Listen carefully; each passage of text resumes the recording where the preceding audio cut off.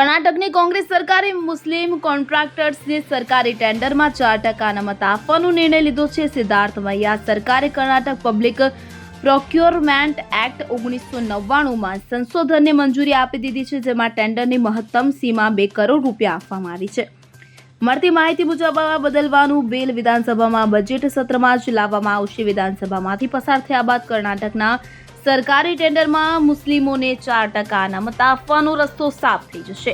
ત્યારે બીજી તરફ કોંગ્રેસ સરકારના નિર્ણય પર ભાજપ પ્રહાર કરી રહ્યું છે. ભાજપના રાષ્ટ્રીય પ્રવક્તા શહેજાદ પૂનાવાલાએ કર્ણાટક કેબિનેટના આ નિર્ણયની ટીકા કરી છે.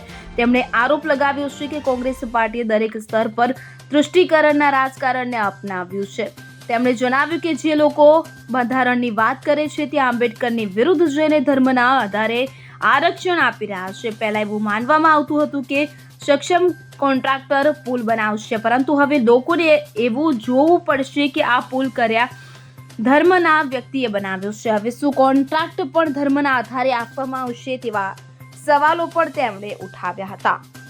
Bureau report CN24 news. હવે જુઓ દેશ દુનિયાની તમામ ખબરો તમારી આંગળીના ટેરવે. ઉઠાવો મોબાઈલ અને Google Play Store પરથી ડાઉનલોડ કરો અમારી CN24 ન્યૂઝ મોબાઈલ એપ.